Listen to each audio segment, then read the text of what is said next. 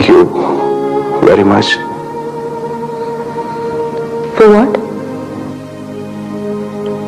इतना खूबसूरत लगने के लिए। मैं सिर्फ तुम्हें मिलने आया। तुम्हें तो भूख लगी थी ना? Yes, I am still hungry. लेकिन ये भूख तुम्हें देखने की, तुम्हारी मोहब्बत की। इस फिलॉसफी से 100% मुत्तफिक हूं कि इंसान भी एक किस्म का जानवर ही है, बस फर्क दोनों में सिर्फ सोशल स्ट्रक्चर का है, वरना तो दोनों अंदर से एक ही है। कहीं दरिंदा, कहीं सांप और कहीं चींटी। बांग्लादेश बन गया। डैडी को वापस जाना पड़ा। देखते ही देखते नेशनैलिटीज बदल गई, पासपोर्ट बदल गया। डैडी अपना मुल्क नहीं छोड़ सकते थे और मम्मी अपना मुल्क नहीं छोड़ सकती थी। झूठ बोलती हो तुम, झूठ बोलती हो। जानबूझ कर छुपाया था ताकि तुम्हारी चोरी ना पकड़ी जा सके। हाँ?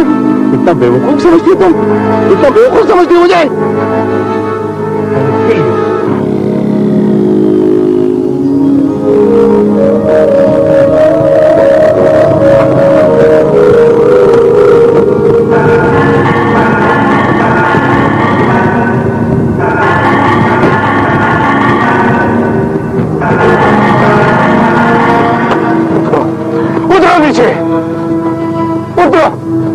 आज मैं तुम्हें कत्ल कर दूंगा।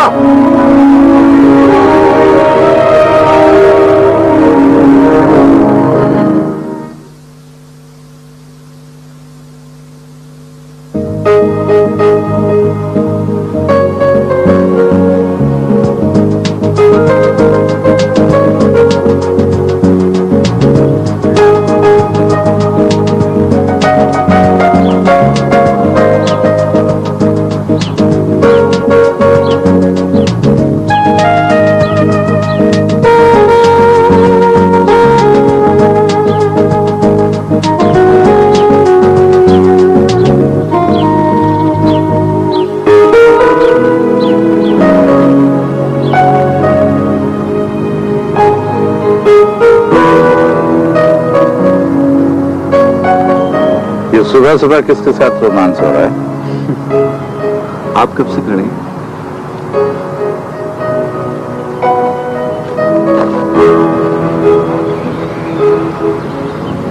क्या बात? तो कुछ फिर सुबह सुबह ये तस्वीर अपने हाथ में लेकर क्या कर रहे हैं? ऐसे कुछ सोच रहा था। क्या सोच? कुछ खास नहीं, बस यही कि मैं कौन हूं, क्या हूं और मेरी रूट्स क्या हैं डैडी।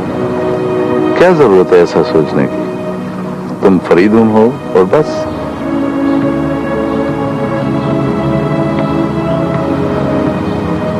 फरीदुन या फर्डिनेंड, उससे क्या फर्क पड़ता है? फर्डिनेंड तुम्हारा ऑफिशियल नेम है। मैं तुम्हें प्यार से फरीदुन कहकर बुलाता हूं। फर्डिनेंड मुझे अजनबी अजनबी लगता है, लेकिन फरीदुन मुझे अपना अपना लगता है। पेंडू हूं ना शायद इसलिए। पेंडू? बेटा, पेंडू उसको कहते हैं जिसका दिल होता है और दिमाग नहीं होता। इम्पॉसिबल। बेटा, ऐसा होता है। ऐसे लोग सिर्फ मेरे वतन में पाए जाते हैं। आपका वतन? डैडी, कभी कभी मैं सोचता हूं कि मेरा वतन कौन सा है, इटली, अमेरिका या फिर। ऐसा तुम क्यों सोचते हो? देखो, अपना वतन वही होता है जहां अपना घर हो, रोजगार हो, दोस्त अहबाब हो। फिर आपका वतन अमेरिका क्यों नहीं है? दोस्त अहबाब होते हुए भी आप वतन वतन क्यों पुकारते रहते हैं? नहीं डैडी, वतन वो होता है जिसकी जमीन से जनरेशन टू जनरेशन आदमी बिलोंग करता है, और जब वो ये जमीन छोड़ता है तो आपकी तरह अपनी रूह वहीं छोड़ जाता है। मैं किस जमीन से, किस कौम से बिलोंग करता हूं डैडी?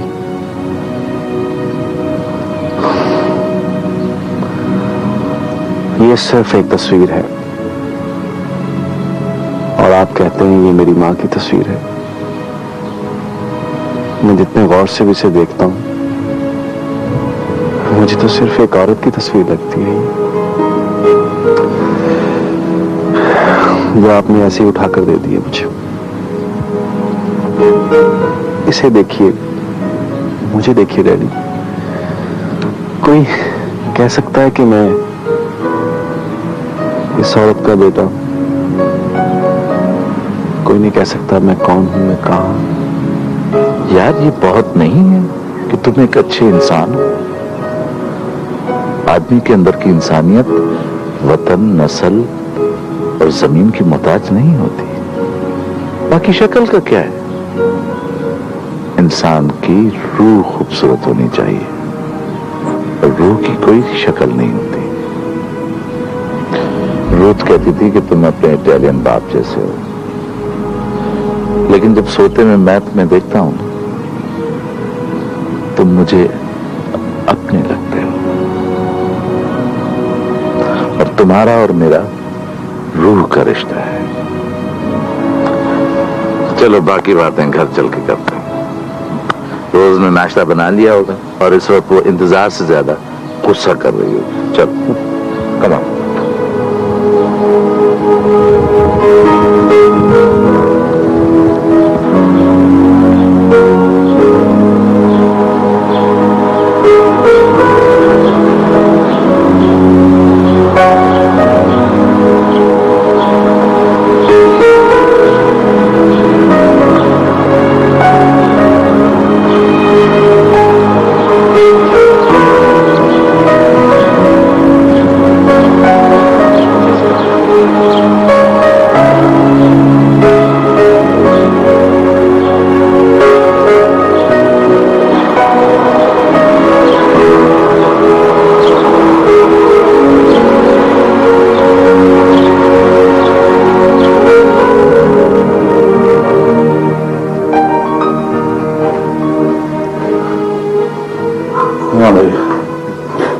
यार ये क्या नाश्ता है?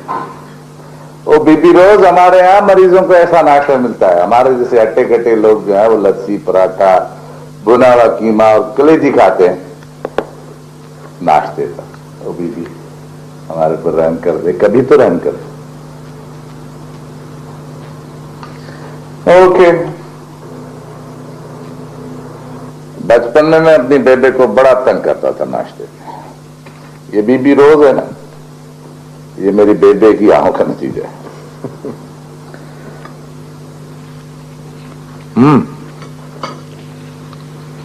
क्या कहती है फिर वो?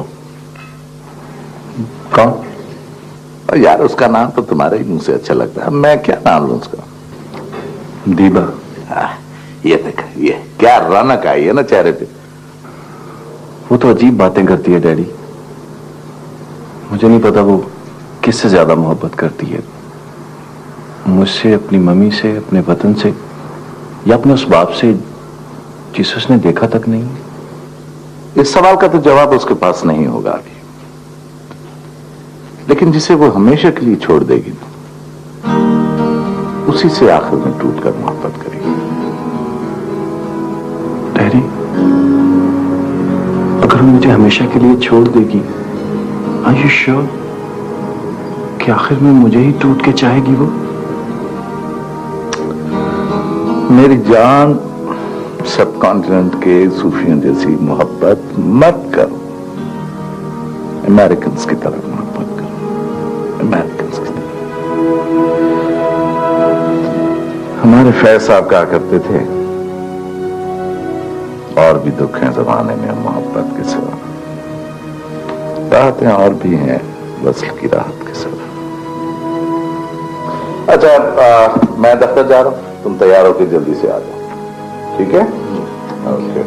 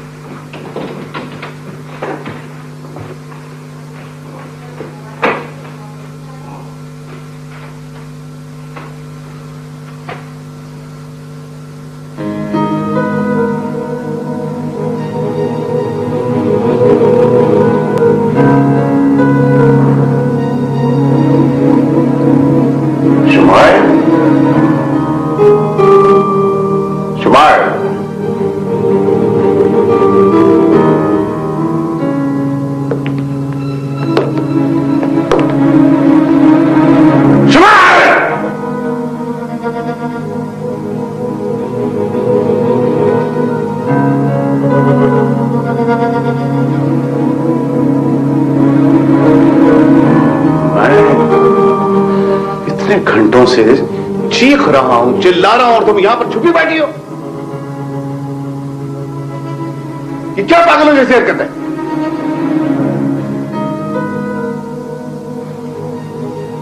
क्या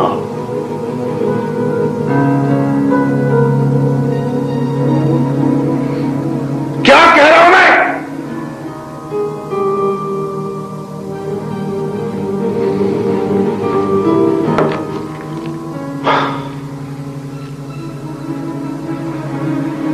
क्या हो मेरे पास?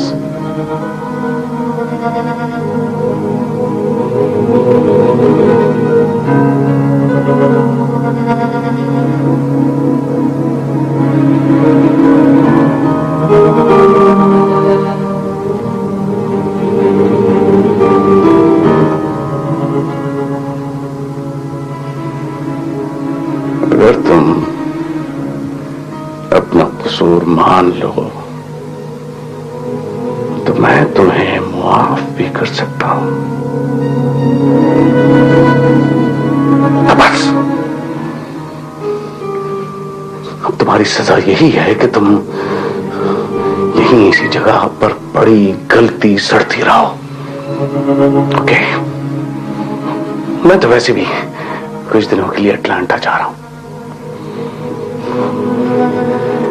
और बाहर से दरवाजा लॉक करके जा रहा हूं। खुदा हाफिज।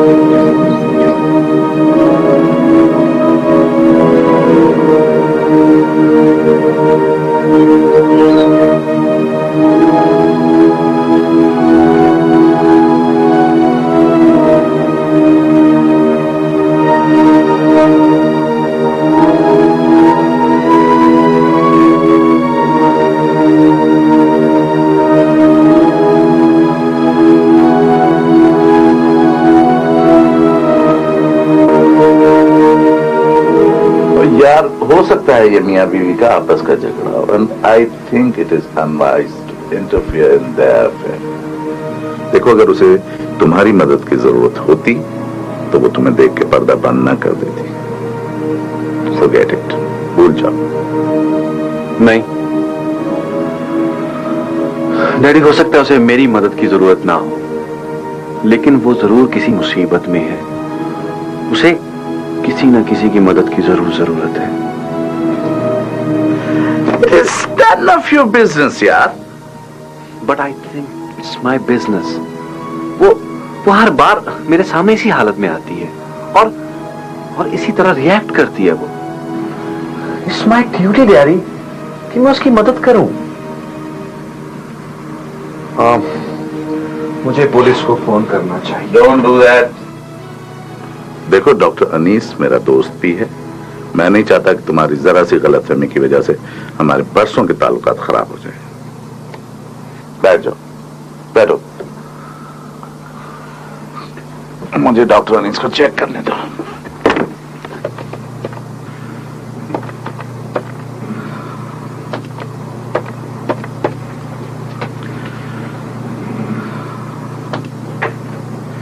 हाँ डॉक्टर अनीस, दिस इज राजा।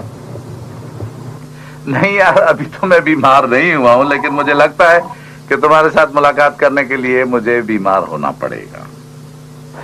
ठीक कहते हो रजा। इस मुल्क में किसी डॉक्टर को शादीशुदा होना नहीं चाहिए। इतनी जल्दी राय बदल ली तुमने?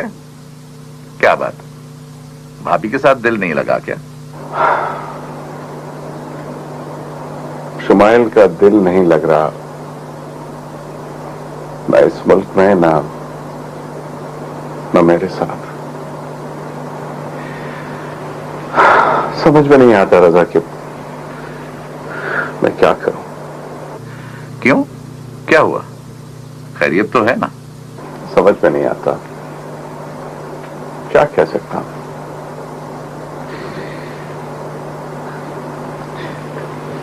दुनिया में कैसे कैसे लोग पड़े हैं रजा। मैं तो आज तक सिर्फ यही सोच रहा हूं कि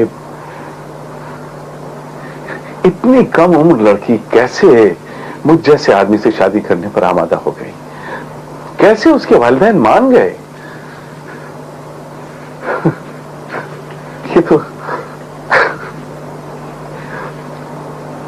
ये तो बाद में पता चला कि। क्या बात है अनीस? अनीस देखो, हम दोस्त भी हैं, तुम मुझे अपनी परेशानी जरूर बताओ। देखो, मैं तुम्हारे किसी काम ना भी आ सकूं ना, तो भी तुम अपनी परेशानी मेरे साथ शेयर करके अपने दिल का बोझ तो हल्का कर सकते हो।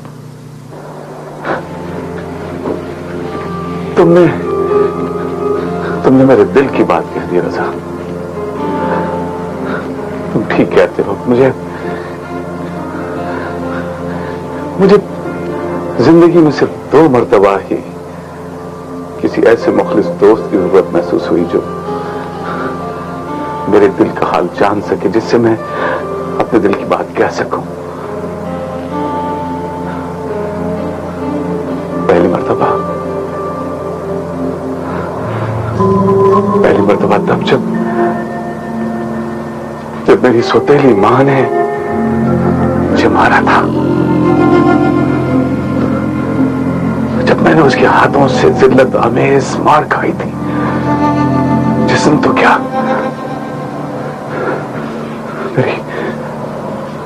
मेरी रूह तक लरस गई थी। और एक कब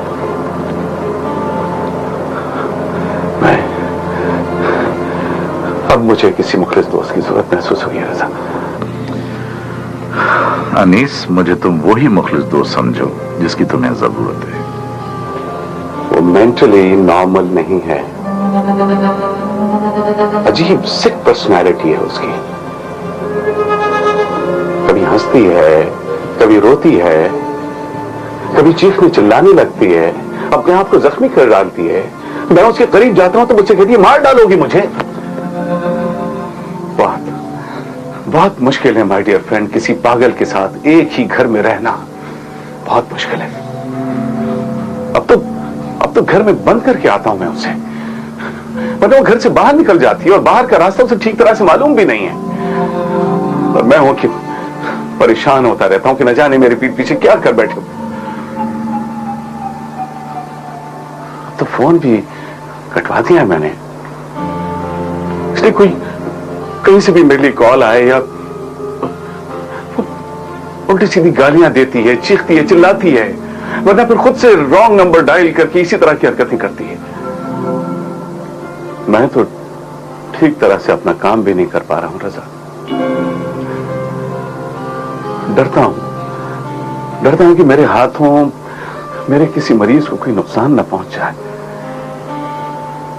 और तुम तो जानते हो कि मुझे अपना मरीज अपनी जान से भी ज्यादा अजीज है। यार देखो, तुम किसी साइकियाट्रिस्ट से क्यों नहीं कंसल्ट कर लेते हो? इस तरह से तुम्हें भी कोई नुकसान हो सकता है। देखो, जिस तरह आज फरीदुन दफ्तर आते हुए तुम्हारे घर के करीब से गुजरा, तो भाभी खिड़की में खड़ी रो रही थी। कभी फरीदुन से मदद मांगती, कभी उसे वापस जाने का कहती। ऐसा पहले भी हुआ है। खैर, फरीदुन वापस तो आ गया, लेकिन वो काफी परेशान है। देखो, और लोग भी तो तुम्हारे घर के करीब से गुजरते होंगे, तुम्हें जरूर कुछ करना चाहिए, as soon as possible। मैं देखता हूं कि मैं क्या कर सकता हूं।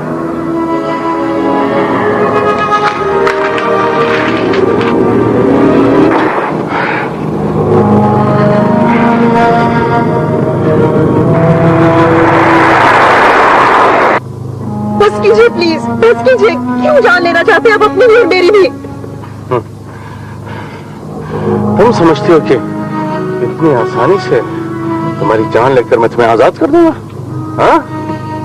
नहीं, सिसका कर मारूंगा मैं तुम्हें, सिसका कर मारूंगा। लेकिन क्यों? क्या कसूर है मेरा? कसूर तुम्हारा यह है कि तुम आवारा बच्चलन हो। मैं बूढ़ा हूं ना मैं। तुम्हें एक नौजवान बॉयफ्रेंड चाहिए, नौजवान बॉयफ्रेंड, ओके? वो कमीना मुझसे अपने आप को स्मार्ट और हैंडसम समझता है। तो फिर तुम जाओ उसके पास रहो। लेकिन मैं तुम्हें बता दूं, मैं तुम्हें चैन से नहीं रहने दूंगा, चैन से बिल्कुल नहीं रहने दूंगा। झूठ बोल रहे हैं आप, इल्जाम लगा रहे हैं मुझ पर। नफरत है मुझे आपसे, आप बहुत गिरे हुए इंसान हैं। आप तो जमीनी और नफ्सियाती मरीज हैं। आप अपनी सुधीरी माँ की जुल्म का बदला ले रहे हैं मुझसे। Shut up!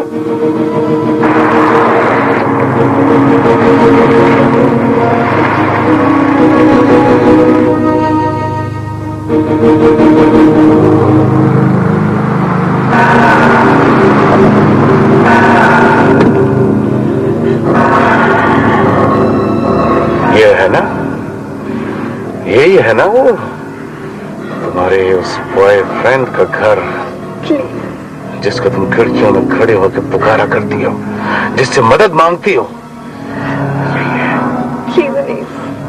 अब तुम जाओ उसके कदमों में गिरकर मदद मांगो, और फिर देखो कि वो ज्यादा ताकतवर है या मैं, वो ज्यादा ताकतवर है या मैं। प्लीज अनीस, नहीं, प्लीज नहीं।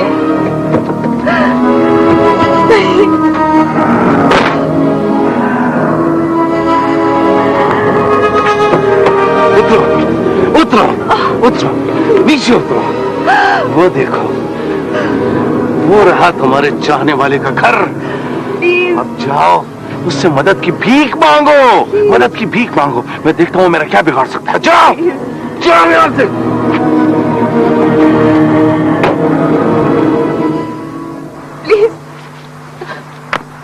Please Anees.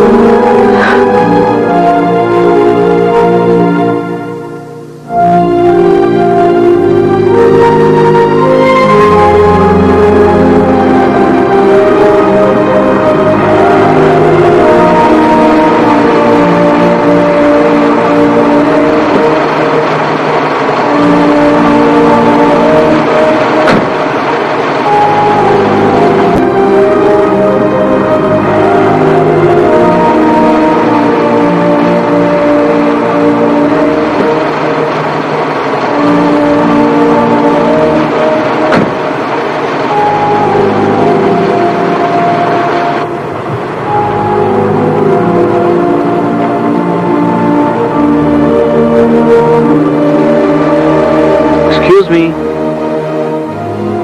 Can I help you?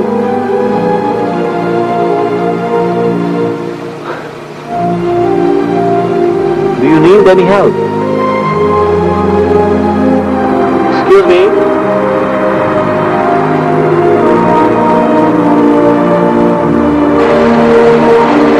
This is Anise.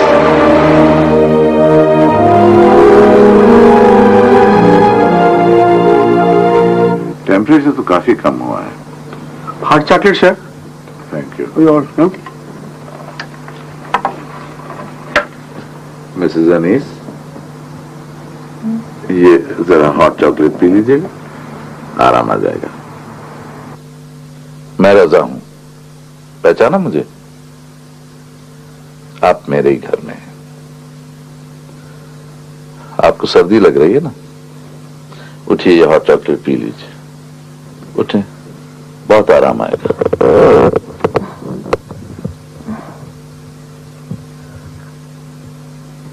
और लीजिए।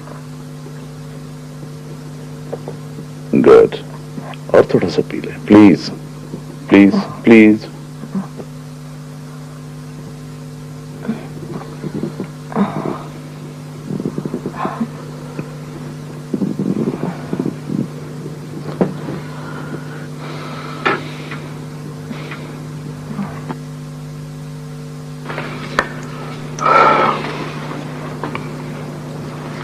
मोबाइल भी बंद है। ऐसा नहीं है डैडी जैसा आप समझ रहे हैं। तो फिर क्या हो सकता है? She has been abused। और आपको पता है यहां किसी को अब्यूज करना क्राइम है। हाँ, मुझे पता है क्राइम है, लेकिन हमारे यहां नहीं। What are you saying? इंसान किसी की मलकियत नहीं होता, उसके इंडिविजुअल राइट्स होते हैं। हमारे यहां कोई इंडिविजुअल नहीं होता, और राइट सिर्फ रिश्तों के होते हैं, इंसानों के नहीं। आप डॉक्टर अनीस की दोस्ती की वजह से गलत बात कर रहे हैं। ह्यूमन राइट्स का पूरी दुनिया में एक ही स्टैंडर्ड है, और आप अपनी दोस्ती की वजह से ह्यूमन राइट्स मानने से इनकार कर रहे हैं। जिस सिस्टम से ये लड़की आई है और जिस सिस्टम के तहत इसके वालिदैन ने इसे एक अजनबी के पास भेज दिया, मैं उस सिस्टम की हकीकत बता रहा हूं तुम्हें। ऐसा हो ही नहीं सकता डैडी, आप झूठ बोल रहे हैं। दुनिया बहुत बदल चुकी है डैडी। आप उस सोसाइटी की बात कर रहे हैं जिसे आप 30 साल पहले छोड़ आए थे। और ये बीबी जिसके लिए तुम ह्यूमन राइट्स का शोर मचा रहे हो, जब होश में आएगी तो अपने शौहर के घर जाने का फैसला करेगी और वालिदैन को फोन करके बताएगी कि मैं अपने मियां के साथ बिल्कुल खुश हूं। और अगर वो वापस चली गई तो उसके वालिदैन उसे देखकर मर जाएंगे। अगर वो खुद नहीं मरे तो लोग उन्हें शर्म दिला दिलाकर मार देंगे। उसका शौहर वहां आकर कोर्ट में दावा दायर करेगा कि मेरी बीवी इन्होंने छीन ली है,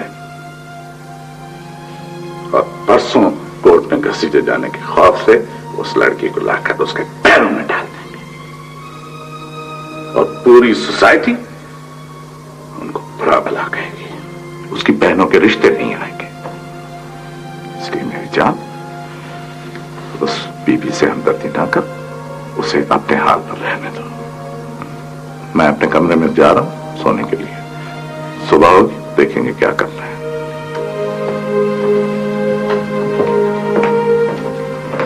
बैठे बिठाए मुसीबत गले में डाल दी। दुनिया बदल गई है।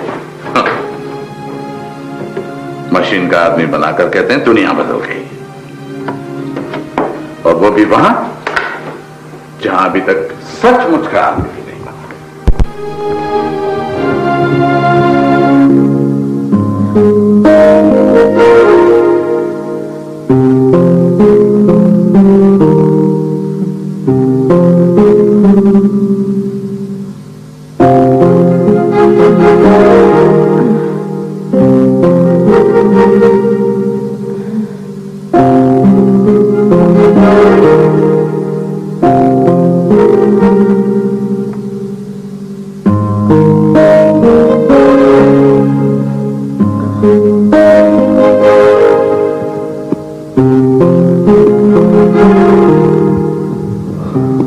How do you feel now?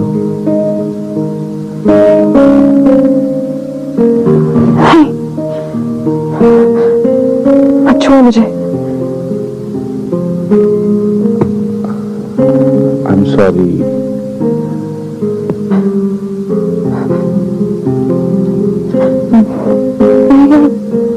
कहाँ हूँ मैं?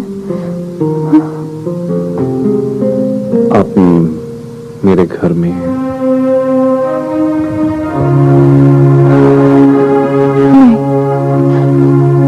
नहीं हो सकता। नहीं। आप कहें तो मैं आपको आपके घर छोड़ रहा हूँ इसी वक्त। नहीं नहीं तो फिर आप क्या चाहती हैं?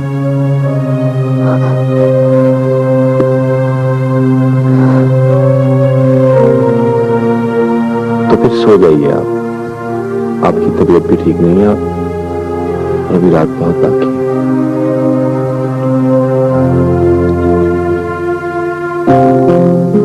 लेट जाओ।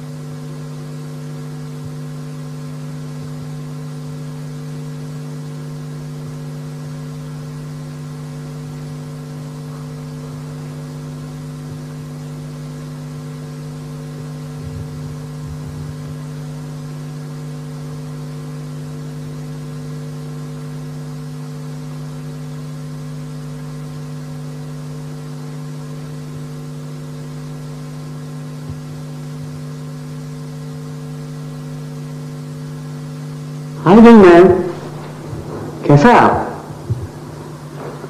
आई मीन कैसा है अभी आप? हो, कल रात आपने डरा दिया। हम सब जाए मिस्टर फरीद को डेड बॉडी लेके आए, बट थैंक गॉड आप जिंदा निकला। अभी आप कैसा फील कर रहे हैं? आप ब्रेकफास्ट के लिए कुछ लेगा? I mean juice, T? Mother को इन्फॉर्म करते हैं। मदर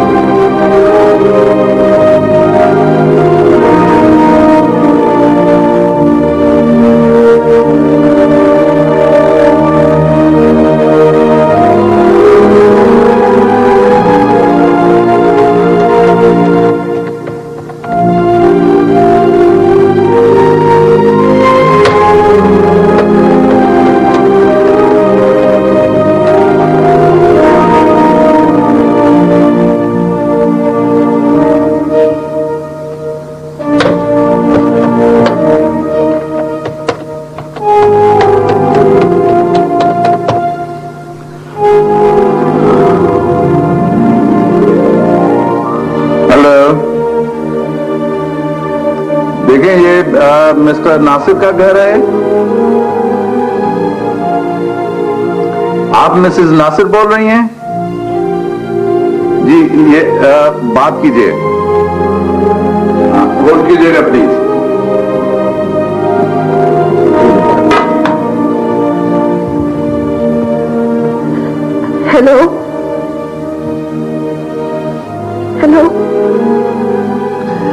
अम्मी मैं शुमाइल बोल रही हूँ।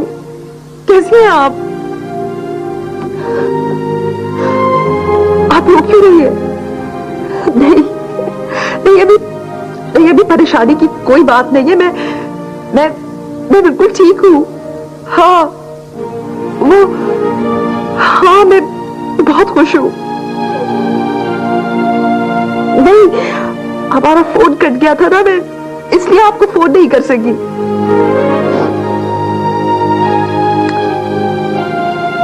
अबीस बहुत अच्छे इंसान है अम्मी, बहुत अच्छे, बस बिजी बहुत रहते हैं, लेकिन मेरा बहुत ख्याल रखते हैं वो। नहीं अभी ऐसी कोई परेशानी की बात नहीं है। मैं बहुत खुश हूँ अम्मी, हाँ बहुत खुश। नहीं अभी आप परेशान ना हो। आप परेशान हो रही है। आप प्लीज दुआ कीजिएगा मेरे लिए।